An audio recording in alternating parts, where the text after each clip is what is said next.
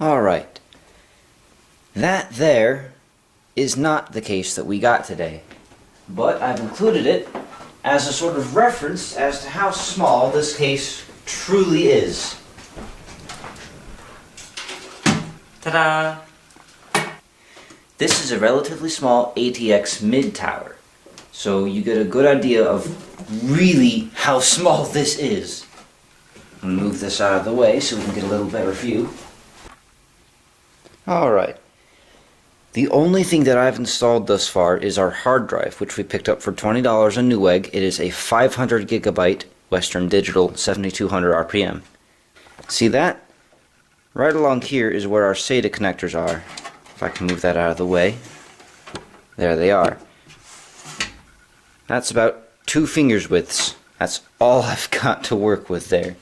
This case was advertised as having one 3.5 bay and one 2.5 bay, as well as one external 5.25 inch bay.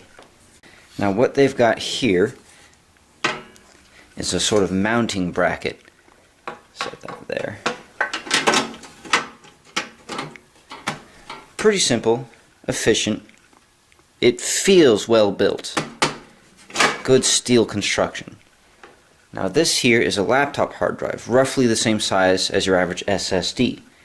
Now this mounting bracket fits in there, and if you had an SSD, or if you actually wanted to, you could use a laptop hard drive, it would go right here, hook in there, screw it in from the bottom. My only issue that I can really come up with for that is it's literally right on top of the power supply. Now this cheapo 350 watt power supply that came with it, I'm not sure if this is going to have any heat issues. I mean, the whole case was $40. I can't really imagine it would be too well built as far as the power supply goes. Using a quick Google search, I was able to find on Newegg an 800 watt power supply that would fit in this case. That's 80 plus bronze. So there are options to upgrade if you really wanted to. Now for this particular computer, to save money, we're using an old-fashioned IDE optical drive. Now what we're going to do to hook this up to our motherboard, which does not have IDE support, is this fancy little connector here. First impressions are good. It feels solidly built. The case itself appears to be made out of good steel. The whole thing is steel. There's no plastic in here at all. The only plastic is the front cover, but I mean, come on, everyone's computer has a plastic front cover. It did come advertised as having a built-in card reader. Now the only thing that supports is SD and microSD. I mean, technically that is a card reader, but I wouldn't really go on to say that that's full feature. It only supports the 2 different types. Now because this case is cheap and came from China, it is not listed as SD and microSD. It's actually listed as SD and TF. TF being the microSD. But other than that, I mean, first impressions are really, really good on this thing. I'm going to go ahead and turn the main case around to show you a couple other features as well. Go ahead and get this in view of the camera. On the front of the case, where the optical drive would go, this is kind of nifty. It does have USB 2.0 and USB 3.0 built in, which is very, very nice. You got, of course, your headphone, you got your microphone jack, you got your hard drive LED, you got your reset button down here. Very solid, actually.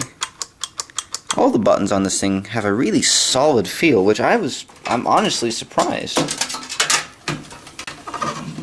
Another major thing that surprised me that I can't really show you very well right now is the surprising amount of cable room that this case has.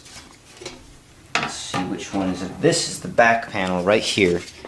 Now this little vent goes over the power supply. There is a fan on the bottom of the power supply. Looks pretty decent, but I don't know if you can see that very well. There is on the side of this, it is raised up a little bit, so I can definitely see cable management not being too much of a problem in this case. Now, of course, not everything with this case is perfect. I do not like how they make you install the hard drive. I think that they could have done that a little better, but that's just a personal gripe, and again, it's not that bad in the long run. Another small gripe that I have is the built-in power supply.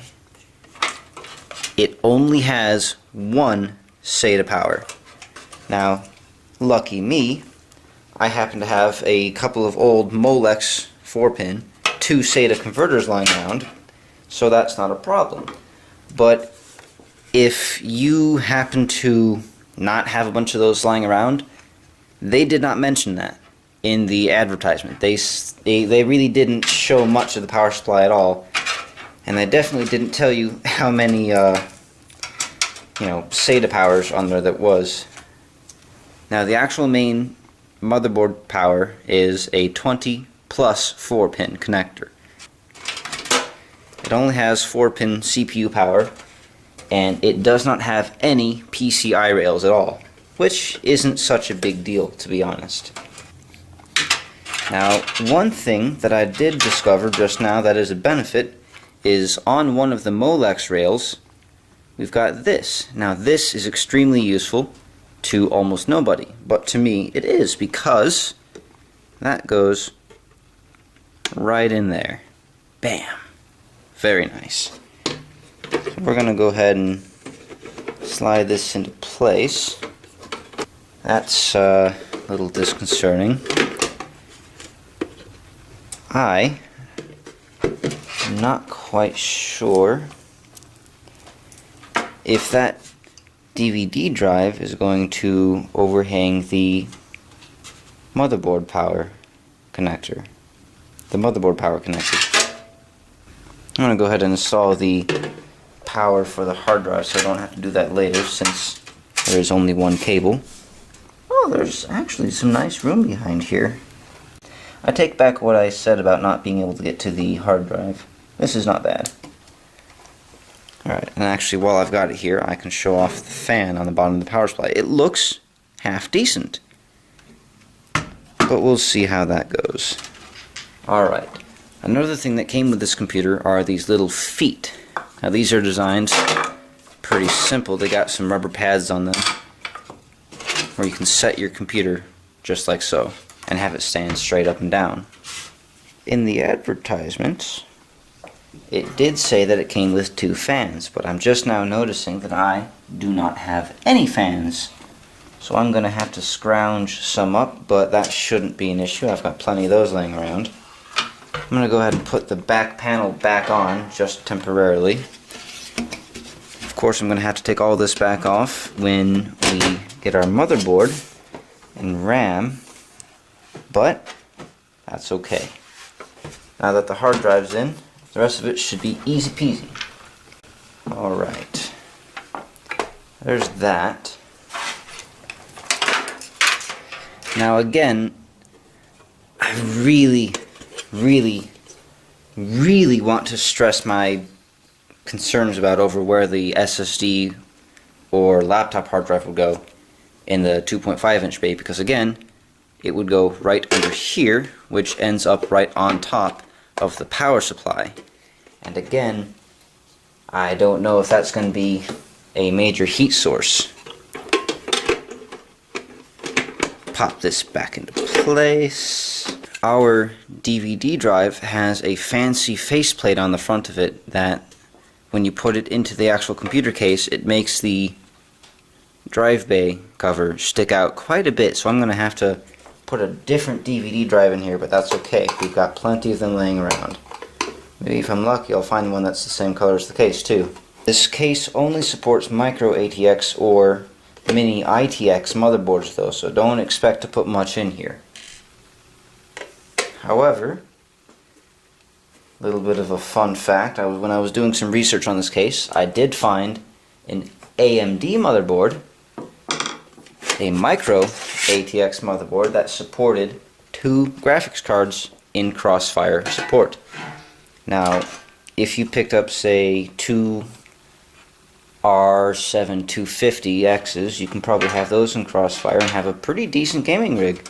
Now that motherboard had a FM2 Plus socket on it, which meant you could get the quad-core processor, the 860K I believe it's called. It's the 3.8 gigahertz quad-core that AMD's got. It's pretty nice. I've used it myself a few times. Now this computer here is a budget build, so it's only going to be using the 370K I believe. It is a 4.0 gigahertz dual-core processor. Alright, I just did a little digging and I was lucky enough to find a DVD drive that matches the case. Look at that. Now this one has a smooth front edge, so it shouldn't mess with our little bezel here. You can find a link to this product in the description. Hopefully this review was helpful. Remember to check back next week for the actual full build once we get all the parts in. Alright, this is Kits Up again. Thanks for watching.